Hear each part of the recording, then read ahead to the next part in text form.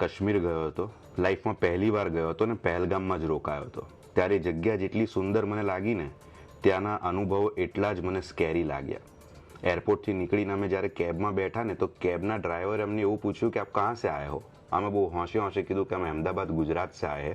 તો એને એવો જવાબ આપ્યો કે અચ્છા આપ ઇન્ડિયા સે આए હો, કેસા લગા આપકો હમારા કાશ્મીર. મને થયું કે આ અભણ માણસ લાગે છે.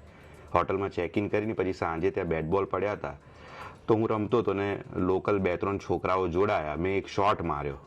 તો આપણે અહીંયા કેવું કે અરે ધોની કોહલી, એ લોકોએ મને એવું કીધું કે અરે રિઝવાનભાઈ કે શોટ મારે રિઝવાનભાઈ. નેક્સ્ટ ડે જ્યારે અમે ખચ્ચર ઉપર આવા કોઈ પોઈન્ટ પર જઈ રહ્યા હતા ત્યારે ત્યાંની લોકલ પોલીસ એક જગ્યાએ તાપણું કરી રહી હતી અને પોતાની ગન્સ ડ્રાય કરી રહી હતી. તો મને ક્યુરિયોસિટી થઈ તો મેં પૂછ્યું, મેં કીધું કે આવી રીતે બંદૂકને આમ આગ સામે લઈ જાઓ તો કંઈ થાય નહીં. તમને બહુ પ્રાઉડલી કીધું કે આ મેડ ઇન પાકિસ્તાન બંદૂક છે અને જમીનમાં દાટો, પાણીમાં દાટો, 10 વર્ષ પછી પણ કાઢો ને તો એવી ને એવી જ ચાલે. કે ત્યાંથી અમુક લોકો ઘૂસણખોરી કરીને આવતા હોય છે ત્યારે અમને મળે છે અને અમે આ જ વાપરીએ છીએ. અમને ઇન્ડિયન ગન્સ જરા પણ ગમતી નથી. એ લોકોનો પાકિસ્તાન પ્રત્યેનો પ્રેમ જુઓ ને તો તમને નવાઈ લાગે.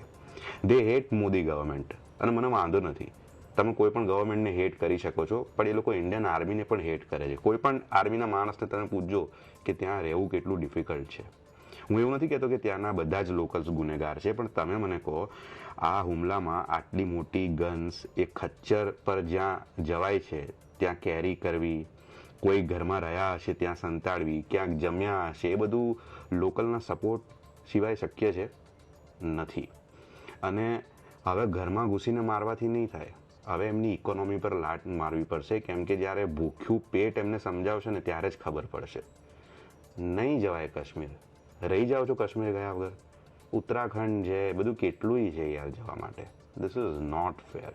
અને ઘણા લોકો એવું કહે છે કે એમાં લોકલાઇટ્સનો શું વાંક. આ એક મને વિડીયો મળ્યો છે, એ લોકોએ કેન્ડલ માર્ચ કરી છે. તમે ખાલી વિડીયો જુઓ, આ લોકોના મોઢા જોઈને તમને લાગે છે કે આ લોકોને જરાય ગુસ્સો, દુઃખ કે વસવસો છે?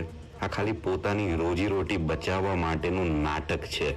અત્યાર સુધી હું પણ પોતાને એવું સમજાવતો હતો કે આતંકવાદનો કોઈ ધર્મ નથી હોતો, પણ આ લોકોએ જ નામ પૂછી અને હત્યા કરીને સાબિત કરી દીધું છે કે આતંકવાદનો ધર્મ છે. સ્વર્ગ આવું તો ના જ હોય. ઓમ શાંતિ.